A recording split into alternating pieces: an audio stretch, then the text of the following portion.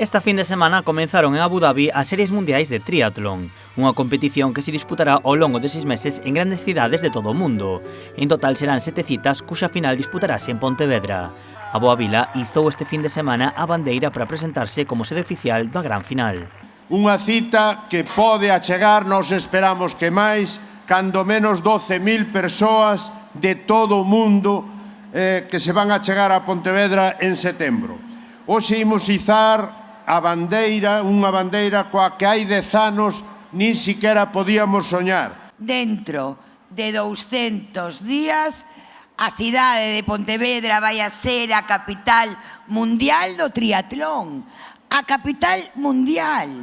Aquí vai a acontecer algo extraordinario. A participación pode superar as 12.000 persoas. Será un evento que porá Pontevedra no epicentro do deporte mundial.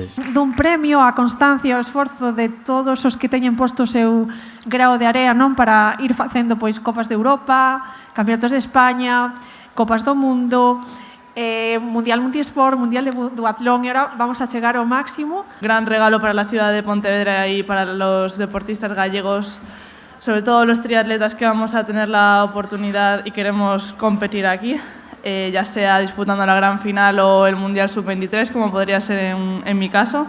Y bueno, yo creo que va a ser increíble. Este é o máximo evento que se pode ter nunha cidade que para nós é un pobo, pero ao final vai estar nun marco a nivel mundial, un marco incomparable.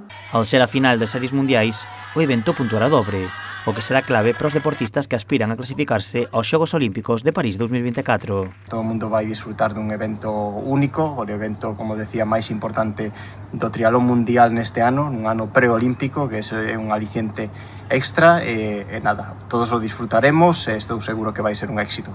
A final das Series Mundiais é unha gran oportunidade para promocionar e potenciar Pontevedra.